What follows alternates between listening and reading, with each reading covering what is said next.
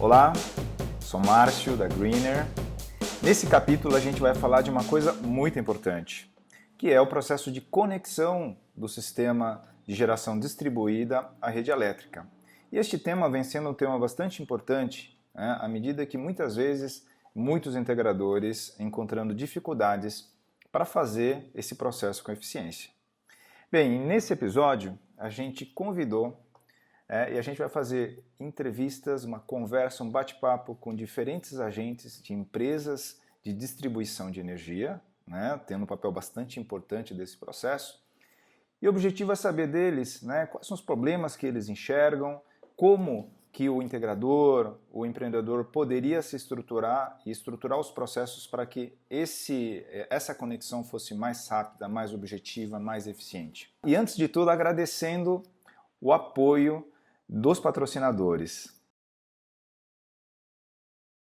Bem, então eu gostaria de ouvir a sua opinião com relação a alguns pontos importantes, algumas perguntas que eu tenho aí para fazer contigo, tá? Qual que, na sua opinião, a principal dificuldade com relação ao processo de aprovação dos projetos de conexão à rede, né? O que faz os projetos aí travarem? Geralmente, os principais motivos de reprovação são referentes à documentação incompleta ou incorreta e até mesmo divergente. Por exemplo, um diagrama unifilar faltando alguma informação ou até mesmo com a divergência de informação com relação ao memorial descritivo. A gente vê muito problema também, porque o módulo 3 do PRODIST diz que a gente tem que informar a ANEEL os dados de registro da central geradora, para a ANEEL fazer ela desenvolve um trabalho de acompanhamento dessas informações, inclusive para tomada de decisão de possíveis incentivos, etc. Então, a gente tem que munir ela desses registros das centrais geradoras, como diz o módulo 3 do PRODIST, com informações de coordenadas, tipo de fonte, potência de geração, quantidade, quando se tratando de fotovoltaico de módulos e marca de inversores. Existe casos também de problema envolvendo o representante legal do cliente, quando o cliente não faz a entrada do processo junto à concessionária. E na grande maioria dos casos, eles não se adequam a alguma obrigatoriedade cabível na parte jurídica, quando é representado por um terceiro, e a gente acaba tendo que pedir alguma adequação nesse sentido. Documentação também não assinada pelos clientes gera algum tipo de reprovação, e até mesmo a lista de rateio dos créditos, quando a gente está falando de ou autoconsumo remoto, ou geração compartilhada, ou empreendimentos de múltiplas unidades consumidoras. Geralmente uma má compreensão de como tem que ser feito esse rateio por parte do cliente ou do representante dele. Existem também alguns projetos que precisam de uma avaliação um pouco mais profunda, envolvendo a parte a parte mais técnica no impacto na qualidade no fornecimento, principalmente quando a gente está falando de uma fonte intermitente e renovável, que não é despachada pelo ONS, ou seja, não tem uma obrigatoriedade de fornecimento, e ela pode vir a sair por nuvens ou por vento, depende da fonte, e isso causar algum impacto, algum afundamento de tensão, por exemplo, em níveis superiores aos permitidos. A gente tem que também, como esses estudos às vezes precisam combinar áreas distintas, isso leva um pouco mais de tempo e acaba atrasando a resposta ao cliente. Olha, resumidamente, o que mais atrapalha a aprovação rápida dos projetos é a falta de informações na solicitação de acesso, o preenchimento incorreto de informações nos anexos e no próprio formulário, a declaração incorreta do disjuntor, porque muitas vezes o integrador, o projetista, apresenta um diagrama com o disjuntor que existe na unidade consumidora e ele não é necessariamente aquele que foi liberado pela distribuidora, porque já houve uma troca à revelia, por exemplo, isso é relativamente comum. Também a informação sobre o inversor não ser equivalente à informação que consta no registro do Inmetro é uma outra coisa comum, ou seja, declara um inversor e diz qual é o número do registro. E ao checar o registro no Inmetro, a gente vê que o modelo não é bem aquele. Essas são questões que atrapalham a liberação do parecer de acesso. Também a gente poderia citar uma outra coisa que atrapalha bastante no processo inteiro, que é durante a vistoria se constatar que o equipamento que foi instalado não é o que estava na solicitação de acesso. Apresenta a solicitação de acesso com um inversor, que é um equipamento crítico para o sistema, mas efetivamente instala um outro inversor lá na unidade consumidora. Bom, aí a vistoria resulta em reprovação. Tem que começar tudo de novo, apresentando uma nova solicitação de acesso com o inversor correto. Basicamente seriam essas as razões para uma demora, digamos, ou para uma não aprovação diretamente. Né? Um dos projetos que dá mais problema, como eu falei, é a proteção. Né? Então, dependendo das grandes usinas, né, elas podem, as usinas, no caso da Copel, aqui, se for fotovoltaica acima de 300 kW, vai exigir um projeto de proteção. Então, já se recomenda um profissional que conheça isso no mercado, né, para não ficar batendo muito na trave, né, porque um projeto desses aí, ele passa por uma análise, e cada reprova, às vezes, ele pode acarretar num prazo aí que o cliente pode ser prejudicado. Então, o mais importante é uma boa contratação nessa hora para a parte do projeto. Então, cada nível de potência, ele traz um nível documental que vai trazer um nível de documentário, um nível de dificuldade, talvez, e documental, e vai trazer a necessidade de um especialista mais pronto para isso, né? Eu diria que hoje a parte de projetos assim seriam os mais dificultosos, a parte de ART, a parte de, às vezes, até mesmo aquele formulário de unidades beneficiadas, né, quando são grandes gerações, as outras partes, os documentos mesmo, documentos da unidade consumidora em si, documentos administrativos, assim, eles são hoje mais tranquilos. A Copel, ela tem simplificado as exigências, não somente no que eu te comentei anteriormente, com relação à necessidade de projeto de proteção para inversores, né, ou para projetos fotovoltaicos de 75 kW até 300 kW. Também para, por exemplo, até 10 kW, a Copel tem sido menos restritiva em relação a documentos, ela pede ART, um diagrama, mas coisa bem simplificada, né? Porque esses são os grandes volumes e eles, para não tomar tempo da análise, a gente entende que, já no acompanhamento, que uma análise maior ela não traz nenhum benefício, pelo contrário, ela só acarreta tempo e gente, né? Mão de obra talvez desperdiçada. A gente trabalha com uma simplificação para atender os clientes. Então, eles trazem ART, um diagrama simplificado, vai aumentando a potência, aumenta um pouquinho lá, bota um diagraminha na entrada de serviço, para o pessoal já comparar com o que tem em campo, e tem sido bem simples, sabe? Por isso que o nosso volume hoje aumentou para 300, né? 300 mês, né? Então, é uma conexão já mais expressiva, e a gente entende que, em resumo, né, do que eu te falei, o planejamento para usinas maiores, antecipado, antes de fazer a solicitação de acesso, é interessante, ele é importante e necessário, né? E para usinas menores, aí já traz um pouco mais da parceria da distribuidora, né? Que é o que eu falei, que a Copel, ela tá deixando de exigir alguns documentos que no começo ela exigia, né? Então, ela faz uma simplificação, principalmente nas usinas até 10 kW.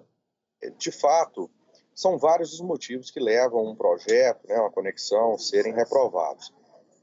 Recentemente nós listamos aí da ordem de 10 pontos no seminário recente que tivemos.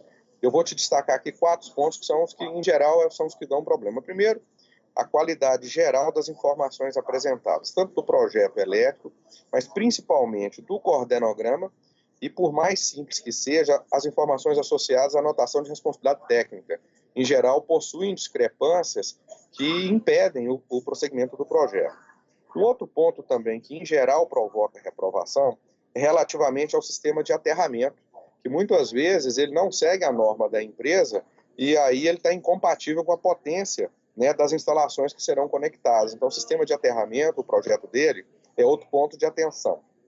Nós destacamos ainda, algumas vezes a potência da usina superior à potência do transformador que é informado no projeto. Parece ser estranho, né? Mas isso acontece porque às vezes faz um pouco de confusão com os inversores, com os transformadores e declara em formulários diferentes, tá certo? E por último, às vezes no diagrama unifilar básico ele informa também dados de inversores e de sequência de dados que ficam diferentes entre os formulários. Então, de uma forma geral, eu resumiria para você a qualidade das informações prestadas nos diversos formulários, o sistema de aterramento, a anotação da responsabilidade técnica e a coordenação da proteção, resumindo bem. Excelente, obrigado.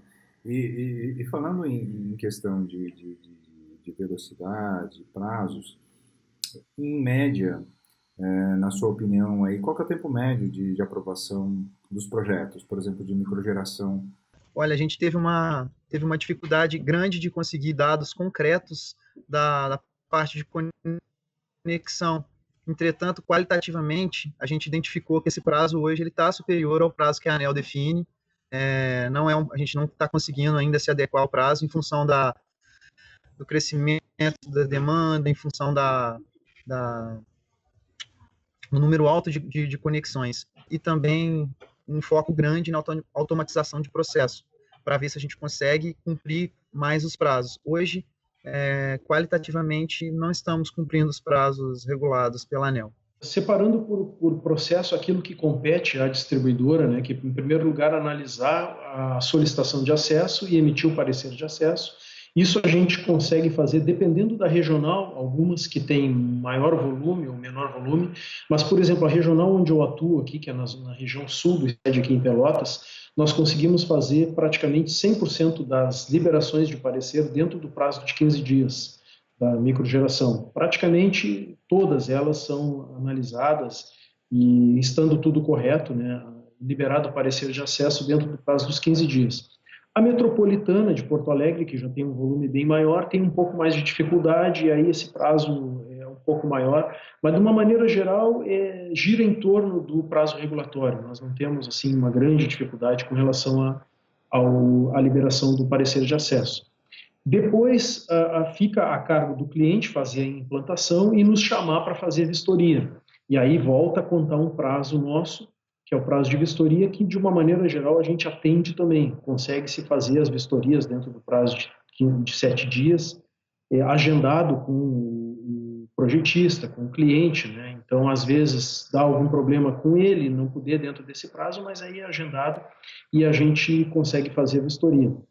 A CE tem vamos dizer, uma vantagem, porque a gente regrou nos últimos 2 anos o pessoal de ligação que está fazendo as vistorias, então eles já têm a condição técnica, o treinamento e materiais, equipamentos para fazer a troca do medidor. Então, o que nós fazemos desde 2 anos para cá, quando migrou da área de projetos, as vistorias migraram da área de projetos para a área de campo mesmo, para a área de ligação. Eles já levam o medidor bidirecional na caminhonete.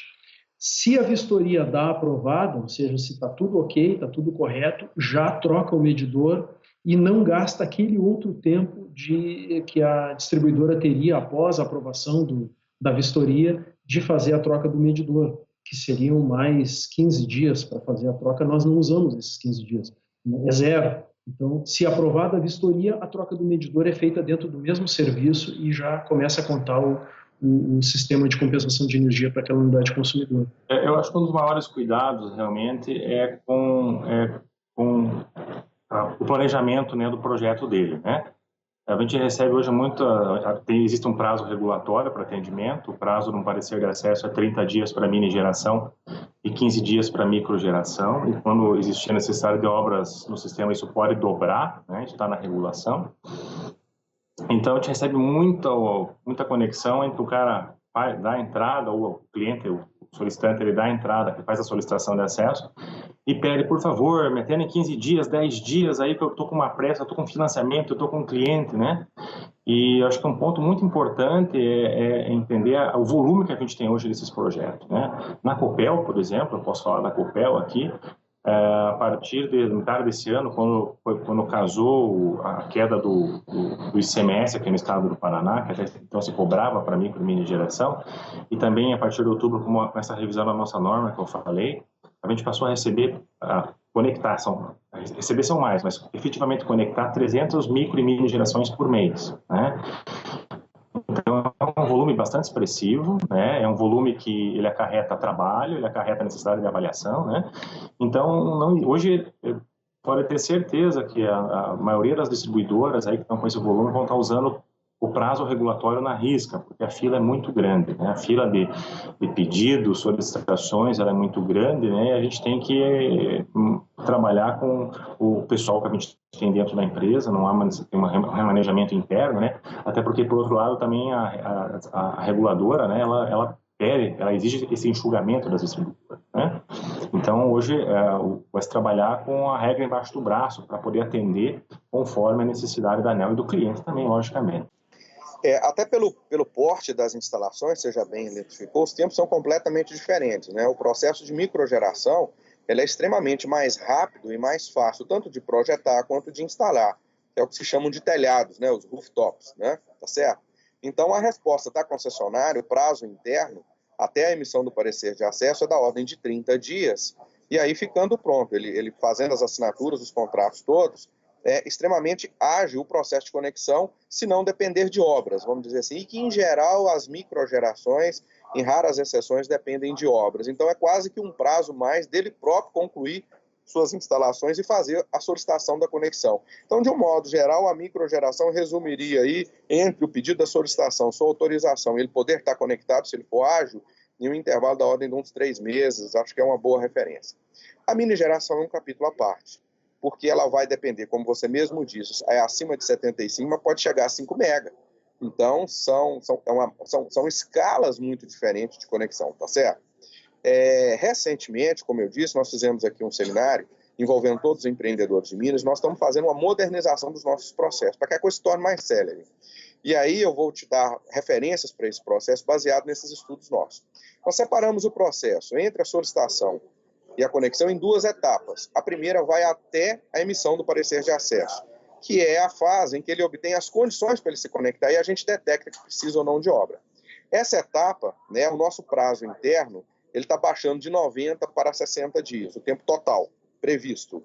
Em geral, está se gastando um pouquinho mais, porque, como eu te disse, a demanda junto à nossa empresa está muito alta e nós estamos nos ajustando para atender melhor. Mas então nós estamos baixando o nosso tempo de referência até a emissão do parecer de acesso de 90 para 60 dias. A segunda fase, e que talvez seja que você mais se interessa aí na pergunta, que é o prazo até a conexão, ele vai depender das obras que são necessárias para a conexão e aí está muito associado ao porte do empreendimento, tá certo? Eu te diria que quando são conexões que dependem apenas de modificação de rede, nas nossas redes de distribuição de média tensão, que em geral são essas comuns da rua, etc., não vou fazer aqui uma explanação muito técnica, mas em geral esse tipo de rede, né? Ele tem, quando emite o parecer de acesso, ele tem uma validade de 120 dias. Vamos desenhar um cenário aqui em que ele no dia 1 de validade vem aqui, assina os contratos e negocia conosco. Então, se são obras somente de média tensão, eu te diria que da ordem de 6 meses, ele tem condição, claro, que se ele está com um empreendimento também, ele dá conta de conectar a parte dele. Eu estou falando só do esforço junto à concessionária. Da ordem de 6 meses. Esse prazo pode ser reduzido muitas vezes à metade se ele usar da modalidade de contratação de empreiteiras credenciadas do mercado, né? Ele tem essa opção. Então, eu colocaria que 6 meses o tempo normal e se ele usar da opção de empreiteiras credenciadas da ordem de 3 meses. Se a conexão for mais robusta, for uma potência maior, e se por acaso o ponto do sistema elétrico que ele está conectando depender de obras no que nós chamamos de alta tensão, tá certo? Muitas vezes são necessários até ajustes nos equipamentos de proteção dos sistemas de retaguarda, de extra alta tensão. Eu estou colocando um processo mais complexo. Esses prazos podem ser superiores a 12 meses, tá certo? E também esses prazos podem ser reduzidos, às vezes até em 50%, aí 6 meses, 8 meses, 9 meses, dependendo do porte, se for também utilizada a modalidade de empreiteiras de construção. Claro que eu tomo muito cuidado ao colocar essas referências, a gente gosta de apoiar bastante esses canais de informação e colocar valores para as pessoas terem ideia, mas tem que deixar muito aqui reservado que é caso a caso, projeto a projeto, porque depende das situações do sistema elétrico que está sendo conectado. Aqui é só para dar linhas gerais. Do ponto de vista regulatório, o que você acha que a gente, todo o setor elétrico, sobretudo a ANEEL, poderíamos fazer para otimizar esse processo? O que mais você poderia sugerir aí? Puxa, se a gente fizesse isso, facilitaria, melhoraria o processo. O primeiro ponto seria referente a análises complexas por falta de padronização e excesso de informações não diretamente pertinentes a esse processo de conexão. Como se cita lá no módulo 3 do PRODIST, na hipótese de alguma informação de responsabilidade do acessante estar ausente ou em desacordo com as exigências da regulamentação, a distribuidora deve notificar o acessante formalmente de uma única vez sobre todas as pendências a serem solucionadas. E também não permite a distribuidora solicitar nenhum item adicional. Faz com que seja restrito manobras que visem padronizar e assim ganhar tempo e automatizar processos de uma forma que seja possível agilizar e ganhar velocidade nessas análises para conectar o cliente mais rápido. Para te exemplificar, nós já recebemos solicitações aqui, uma única solicitação com mais de 20 arquivos, totalizando mais de 200 páginas em uma única solicitação. E cabe a nós verificar toda a documentação para ver se não tem alguma coisa fora, porque a gente teria que avaliar todas as pendências numa única vez. Esse tipo de questão acaba atrasando a não padronização de um memorial descritivo. Eu acho que há uma coisa muito importante seria o órgão regulador tomar algumas diretrizes para padronizar a forma de ingresso, deixar mais restritos os campos, de forma que a gente consiga ganhar agilidade no processo, já que são processos massivos e hoje está de uma forma muito aberta, muito solta, referente a como essa documentação tem que ser enviada, e essa avaliação acaba passando muitas vezes pelo caráter humano de ter que verificar item a item. E mais focado na eficiência do processo, pela regulamentação atual, também no módulo 3 do PRODIST, a distribuidora deve avaliar cronologicamente as solicitações de acordo com o protocolo de atendimento do cliente. Dessa forma, tecnicamente falando, não é possível trazer soluções de conexões que precisam de uma adequação na rede, uma obra, por exemplo, de reforço, de uma forma eficiente, e também respeitando até mesmo o menor custo global. Isso implica em obra dispersa, às vezes você tem uma obra em andamento, aí ela concatena com um novo cliente pedindo uma solicitação naquele mesmo ponto, então gera um retrabalho de análise, talvez a gente precise até fazer uma avaliação mais profunda de uma reconfiguração estrutural daquele alimentador para poder conectar aquele cliente no tempo. Assim, como sugestão, como é feito em alguns países, se você cria um período aberto, uma determinada janela para os clientes, todos os clientes fazerem a solicitação em determinado, seria mais fácil a distribuidora, mais fácil, mais otimizado e de menor custo para a sociedade. Talvez uma padronização de documentos, por exemplo, um dos anexos que o formulário do PRODIST determina que tem que ser apresentados é o memorial técnico descritivo. Bom, só isso, memorial técnico descritivo, não tem nenhum detalhamento sobre que informações técnicas tem que vir nesse memorial. Então, nós temos memoriais de 30 páginas e temos memoriais de 5 páginas. Eu analiso projetos que vêm, solicitações de acesso, que vêm com gamas completamente diferentes, assim, graus do que o pessoal apresenta, né, os projetistas. Então, talvez uma padronização dessas informações fosse útil. Isso poderia ser feito até pela própria distribuidora, essa padronização. Estou fazendo uma autocrítica aqui. Talvez fosse interessante a gente padronizar, olha, o memorial tem que ter essa informação. Pronto, a gente teria uma agilidade maior na análise. Eu acho que a ANEEL ela fez muita coisa assim, né, nesse sentido, na revisão, né, da norma, desde o começo, desde a 482, agora quando teve a revisão da 687, que revisou ainda a 482 de 2012, mas a 687 de 2015 ela trouxe algumas coisas interessantes com relação a prazo, de historia, né? Então, assim, eu entendo hoje que ele é bem simplificado, porque isso daí eles têm uma facilidade muito grande, né? Talvez a dificuldade documental ela seja mais visível, assim, em empresas que estão começando, né, a trabalhar com esse segmento de geração distribuída. Mas depois de um tempo o pessoal tem passado, inclusive tem empresas, tem casos em que a Copel, ela tem uma fila, mas depende do caso, quando chega na vez de analisar em poucos minutos, às vezes, da análise, depende do caso, mais simples, ele já passa para a próxima etapa, né? A gente não pode, por exemplo, pegar um caso mais simples e passar na frente do outro por questão de isonomia, mas a gente, pela fila que a gente trabalha, a gente vê que alguns casos são muito fáceis de serem despachados, né, para o cliente, já para ele começar a execução e chamar a gente para a vistoria. Eu entendo que ela foi bem já assertiva na questão documental, né? A simplificação dela para pequenas usinas hoje está bem interessante. Inclusive, pondo números aí para ilustrar a nossa resposta, a nossa área de concessão, aqui onde a CEMIG atua, ela hoje, até estava consultando há pouco, por isso eu fiquei offline aqui um tempinho, nós estamos hoje com aproximadamente 1/4 da carga de geração distribuída conectada no país, números de hoje no site da CEMIG. Para que você tenha uma ideia, somente mini geração, que em geral são os que têm maior complexidade de acesso, né, os projetos de usinas de mini geração, nós tivemos em 2017 100 pedidos de acesso na CEMIG, tá certo?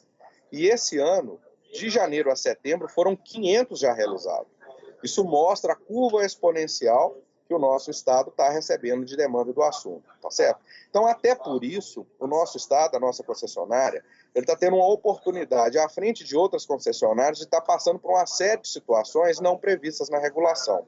Então, de um modo geral, e aí respondendo a sua pergunta, eu diria que os principais pontos que a gente tem a sugerir para o órgão regulador, e já o temos feito, são na linha, né, de complementar a resolução com dados cadastrais para o processo de análise. Porque surgem muitas dúvidas, o que pode, o que não pode, o que é autorizado, o que é correto, que custo que é de quem, e essa coisa como um todo não está de todo ainda bem resolvida na regulação. Então, para dar exemplos aqui e tornar nossa resposta mais específica para você, eu diria que, por exemplo, para que a concessionária faça uma avaliação se as áreas das usinas são contíguas, a regulação não está de todo clara. Então, um primeiro ponto é o regulador deixar aí uma regulação um pouco mais clara sobre o que é contiguidade, né? O que são usinas em espaços contíguos. Outros exemplos que a gente poderia citar são com relação às autorizações que a concessionária pode pedir aos integradores, aos líderes de consórcio, em relação ao que ela transaciona junto à concessionária em nome de seus consorciados. A regulação é muito restritiva e o mercado de empreendedores ele tem pressa e nem tudo nos é autorizado pela regulação e isso está provocando um descompasso, né, de fluxo e rapidez de informação. E por último, né, para que a coisa fique mais bem resolvida também, alguns detalhes técnicos para a hora de formação do preço para conexão, né, do projeto. A linha de corte do que é uma obrigação da concessionária, do que é uma obrigação do empreendedor que está concessionando, está acessando, e aí a gente ilustra que o regulador, é importante que a gente olhe o lado do regulador, ele tem em vista a modicidade tarifária, que é não transferir para os demais conectados do país custos que são de natureza específica. Então, é um assunto de natureza complexa e todos esses pontos a gente tem contribuído aí com o regulador para que a coisa melhore para todos nós. E assim, na sua opinião, assim, o que você diria pro integrador, para a empresa que está submetendo um projeto para aprovação, né, conexão à rede, quais são as 5 dicas principais? Olha, tem que fazer isso, presta atenção nisso, nisso e nisso. Assinatura de documentação, verificar o casamento entre dados de memorial descritivo e diagrama unifilar, isso gera muita reprovação. Verificar registro de inversor, porque ele pode ter, às vezes, ter registro suspenso, não ter o registro necessário, representante legal, que muitas vezes também não dá certo, a gente não consegue ter a aprovação por algumas obrigatoriedades que não condizem com o que precisa. Acho que está havendo aqui em Minas uma combinação de alguns fatores que tem proporcionado meio que essa corrida da energia renovável, né? Se a gente pode assim chamar. Acho que a questão do mercado internacional, a chegada da China e a redução dos preços dos componentes de um modo geral nos últimos 3 anos, mas mais acentuado recentemente, é um driver sensacional para o fotovoltaico, especialmente norte e noroeste de Minas, onde nós temos imensas áreas com boa posição do mapa solar e a custos assim bastante acessíveis ainda se comparados com outras regiões. E por último, talvez um vetor não menos importante que os demais, a CEMIG ela tem uma capilaridade das redes no estado muito interessante.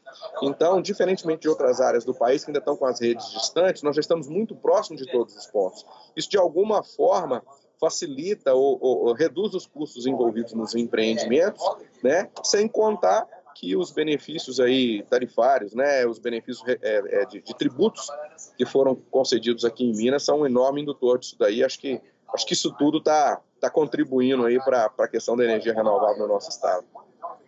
Muito obrigado pelas informações, foram informações realmente muito valiosas para ajudar o integrador, para ajudar aí o empreendedor a tornar esse processo mais eficiente, né? Entregar aí para vocês, submeter a vocês uma base de informações realmente bastante alinhada com o que vocês precisam. Então, eu queria agradecer a sua participação, muito obrigado realmente aí pela colaboração, pela contribuição aí que você está dando para todo o mercado. Agradeço disposição para participar no que for necessário. Eu que agradeço e agradeço a oportunidade. Fico à disposição.